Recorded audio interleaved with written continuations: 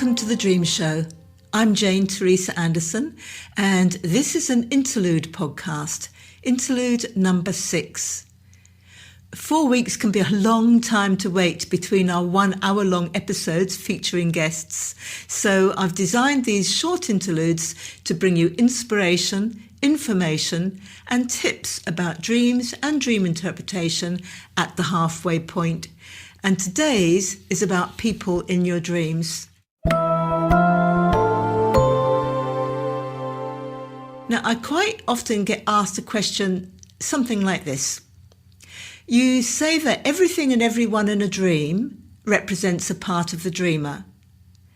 I can see how the unicorn in my dream represents my magical thinking, and how the dark, brooding thundercloud portrays my pent-up anger. But I'm having difficulty seeing my partner, Neil, who is also in this dream, as part of myself. I didn't realise how angry I was with Neil until I had this dream. I'm thundercloud angry with him, and I'm trying to hold that back and be more unicorn positive with him. So surely this dream is about my relationship with Neil. I can't see how he represents a part of myself. Neil is Neil, and this dream has helped me to understand our relationship. So I made up this example based on that type of question that people frequently ask when they begin to explore their dreams. They can generally get their heads and hearts around seeing the more surreal symbols as aspects of themselves. But surely, they ask, don't the people in their dreams represent the relationships or issues that they have with these people? Well, let's break it down. A unicorn will have different meanings in different people's dreams, as will a thundercloud. And there are tools and techniques you can use to discover the meaning of the personal symbols in your dreams. And I chose symbols for this example that are easily relatable. So, the unicorn and the thundercloud, magical thinking and anger, so that we can focus on the question of Neil. Our dreamer, let's call her Chris, is satisfied with her understanding of a dream. Trying to buoy Neil up with positive, magical thinking while letting her anger eat away at her is unhealthy for herself and for the relationship. And she can use this new awareness from her dream to forge healthy changes. But if she now looks at Neil in her dream as representing a part of herself, she can reap additional, deeper insight. I, as a dream analyst, might ask, what 3 words would you use to describe Neil's personality or approach to life? And she might say, talented, lacks confidence, holds back. He seems unhappy at work. He could be more proactive about finding a job more suited to his talents. He's missing so many opportunities. It makes me angry. Now, these things may well be true. Or Neil may not be as talented as Chris imagines him to be. She may picture him as holding back, but he may be biding his time because he has another plan. He may be more content with his work than Chris realises. Chris sees Neil through the lens of her own life experiences, through the lens of her mindset, beliefs, and emotions. Hers is the eye of the beholder. Her dream reveals the eye and mind of the beholder, the various parts of herself. So typically, it turns out that Chris is angry with an unconscious part of herself that is talented or lacking in confidence or holding back or missing opportunities. A part of herself that she represses, her shadow. A part of herself that she disowns. A part of herself that she sees in Neil or projects onto him. Neil in her dream, not the real Neil, her partner, Neil in the dream represents a part of herself that is talented or lacking in confidence or holding back or missing opportunities.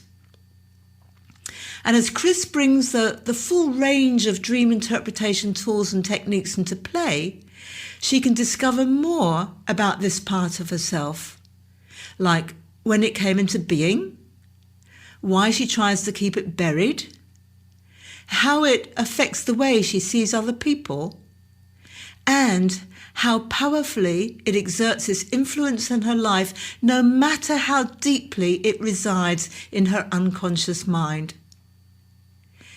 See how far we've travelled with this fictional example? Chris has moved from discovering a helpful insight into her relationship with Neil, and that's a great starting point, to gaining deep insight into a part of herself that affects not only her relationship with Neil, but the very lens through which she experiences the world.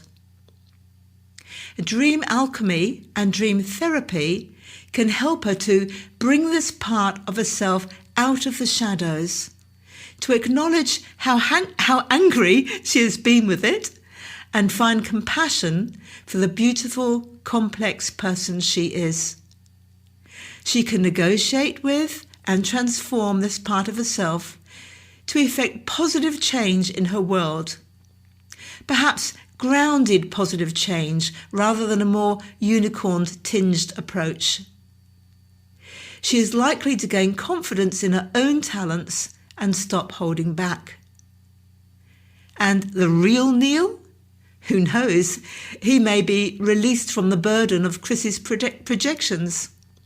He may be inspired by the way she steps out into the world. Oh, hang on a minute. That's right. There is no real Neil. This was a fictitious example designed to help people understand why everything and everyone in a dream represents a part of the dreamer. And I hope it has delivered.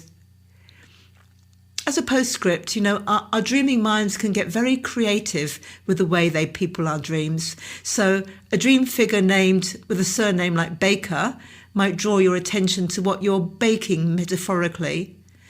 Other people might represent archetypal aspects of us, the inner witch, the inner mother, the inner student, and so on.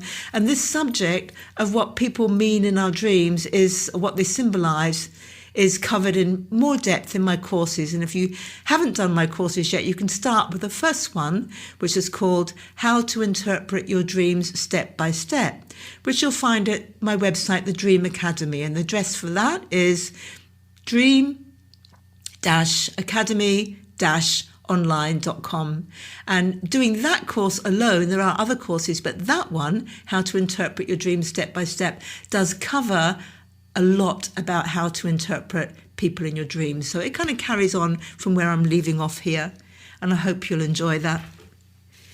Now, our next episode of The Dream Show, our next full episode, our 1 hour episode, episode 294, will be out in 2 weeks on the 7th of August 2025.